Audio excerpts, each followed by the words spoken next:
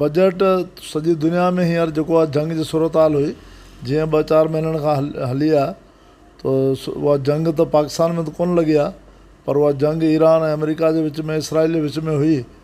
पर उनजो वधि खां वधि जेकॾहिं नुक़सानु थियो आहे, अताब किरियो आहे, त उहो पाकिस्तान जे अवाम ते किरियो आहे, सिंध जे अवाम ते किरियो आहे। पेट्रोल उन चोटी ते वञी पुॻो आहे जो 150 ते त असांजा सेनेटर बि जेको आहे साइकिलूं हलाए जेको आहे प्रोटेस्ट कंदा हुआ, पर हाणे उहे 450 पेट्रोल थी वियो आहे, डीज़ल थी वियो आहे। उहे सेनेटर मूंखे ॻोल्हिया कोन था लभनि, ऐं उहे ई हुकुमरान धुरिजा सिंध में मालिक ऐं बादशाह आहिनि।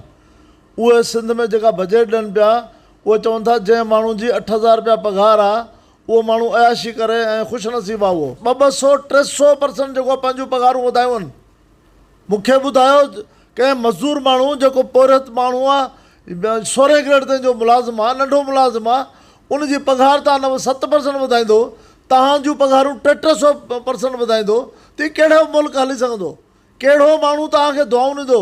कहिड़ो पाकिस्तानी तव्हांखे फ़ख्र सां जेको आहे तव्हांखे यादि कंदो? बददुआऊं ॾींदो तव्हांखे, तबाही बर्बादी जो बददुआऊं ॾींदो।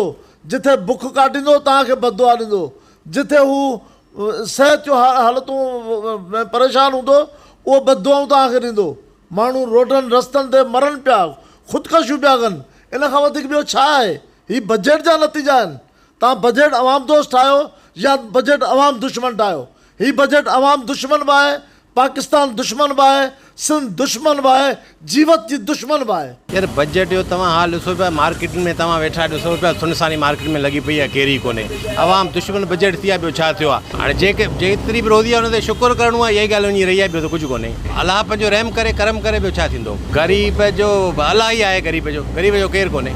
सिंध सां नाइंसाफ़ी आहे ऐं पंहिंजो मज़दूर तबिके जो को रिलीफ कोन ॾिनऊं, आम माण्हू खे को रिलीफ कोन ॾिनऊं। ऐं जेके हे रखनि पिया पैसा डेवलपमेंट जे हवाले सां ॿियनि, त 150 अरब रुपया लैप्स थिया आहिनि, हे त इस्तेमालु ई कोन करे सघिया आहिनि। हिननि जेतिरो थी सघे हिननि करप्शन कई आहे, हे उहा खाधऊं, लेकिन खाई उन खां पोइ बि 150 अरब बचियो।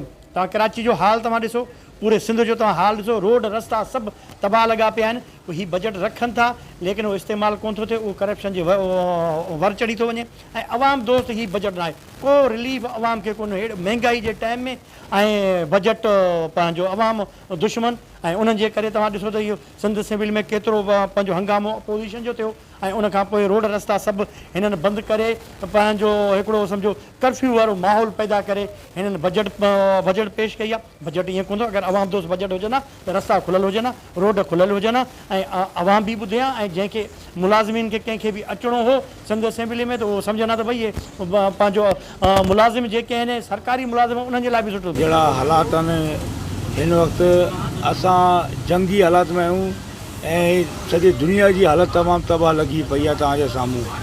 हिन हिसाब सां जेको बि बजट आहे, पर मुल्क हले, पर ग़रीबनि जे लाइ इहो बजट कोन्हे। ग़रीब पहिरीं मुआ पाइण ऐं वरी जेका इहा बजट पास करण खां पोइ वरी सफ़ा मरी विया आहिनि। ताला साईं ख़ैरु करे, बाक़ी हालात जेका सॼी दुनिया जा ख़राबु आहिनि, हिन हिसाब सां पोइ बि मुल्क हले पियो। अलाह शुकुरु आहे त इहो मुल्क हले बसि।